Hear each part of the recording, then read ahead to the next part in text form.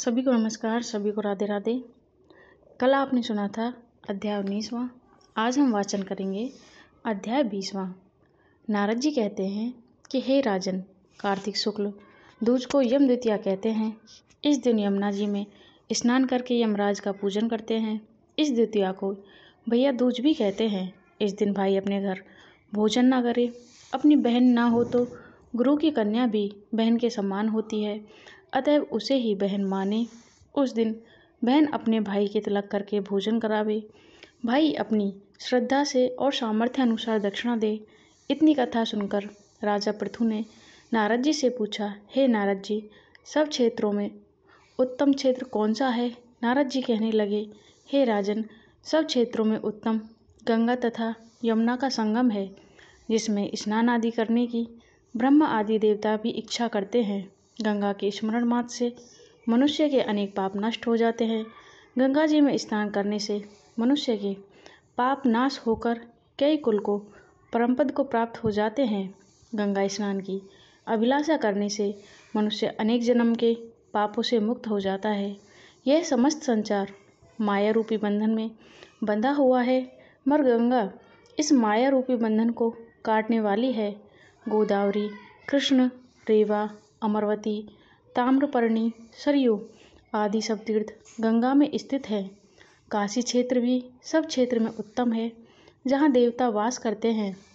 वह मनुष्य जो अपने कानों से काशी क्षेत्र की कथा सुनता है, जो काशी जी का सेवन करता है, जीवन मुक्त हो जाते हैं। यदि प्रातःकाल के समय कोई काशी क्षेत्र का स्मरण करता है, वो भी मोक्ष को प्राप्त हो जाता है। इस प्रकार से नारद जी कहकर मौन हो गए। अध्याय 20वां यहीं समापन। अगला अध्याय अगली वीडियो में। यदि उससे पहले आपने चैनल को सब्सक्राइब नहीं किया तो प्लीज़ सब्सक्राइब करें, शेयर करें, लाइक करें, कमेंट करें। आज हम आपके साथ साझा करेंगे एक पौराणिक कथा, जिसमें बताया गया है कि सत्यभामा को रूप का घमंड हो गया था, जिसे भगवान किस प्रकार से तोड़ते हैं। तो आइए जानते हैं यह पौराणिक कथा। श्री कृष्ण भगवान द्वारका में रानी सत्यभामा के साथ सिंहासन पर विराजमान थे। निकट ही गरुड़ और सुदर्शन चक्र भी बैठे हुए थे। तीनों के चेहरे पर दिव्य तेज झलक रहा था। बातों ही बातों में रानी सत्यभामा ने श्री कृष्ण से पूछा कि हे प्रभु, आपने त्रेता युग में राम के रूप में अवतार लिया था। सीता आपकी पत्नी थी, क्या वे मुझसे भी ज़्यादा सुंदर थी? द्वारकाधीश समझ गए कि सत्यभामा को अपने रूप का अभिमान हो गया। तभी गरुड़ ने, भगवान, क्या दुनिया में मुझसे भी ज़्यादा कोई तेज गति से उड़ सकता है? इधर सुदर्शन चक्र से भी नहीं रहा गया और वे भी उठ खड़े हुए और बोले कि हे भगवान, मैंने बड़े बड़े युद्धों में आपको विजयश्री दिलवाई है। क्या संसार में मुझसे भी तेज, मुझसे भी कोई शक्तिशाली है क्या? भगवान मन ही मन मुस्कुरा रहे थे। वे जान रहे थे कि उनके इन तीनों भक्तों को अहंकार हो गया है और इनका अहंकार नष्ट करने का समय आ गया है। ऐसा सोचकर उन्होंने गरुड़ से कहा कि हे गरुड़, तुम हनुमान के पास जाओ और कहना कि भगवान राम माता सीता के साथ उनकी प्रतीक्षा कर रहे हैं। गरुड़ भगवान की आज्ञा लेकर हनुमान को लाने चले गए। इधर श्री कृष्ण ने सत्यभामा से कहा कि देवी, आप सीता के रूप में तैयार हो जाएं। और स्वयं द्वारकाधीश ने राम का रूप धारण कर लिया। मधुसूदन ने सुदर्शन चक्र को आज्ञा देते कहा कि तुम महल के प्रवेश द्वार पर पहरा दो और ध्यान रहे मेरी आज्ञा के बिना महल में कोई प्रवेश न करे। भगवान की आज्ञा पाकर चक्र महल के प्रवेश द्वार पर तैनात हो गए। गरुड़ ने हनुमान के पास पहुंचकर कहा कि हे वानर श्रेष्ठ, भगवान राम और माता सीता के साथ द्वारका में आपसे मिलने के लिए प्रतीक्षा कर रहे हैं। आप मेरे साथ चलें, मैं आपको अपनी पीठ पर बैठाकर शीघ्र ही वहां ले जाऊंगा।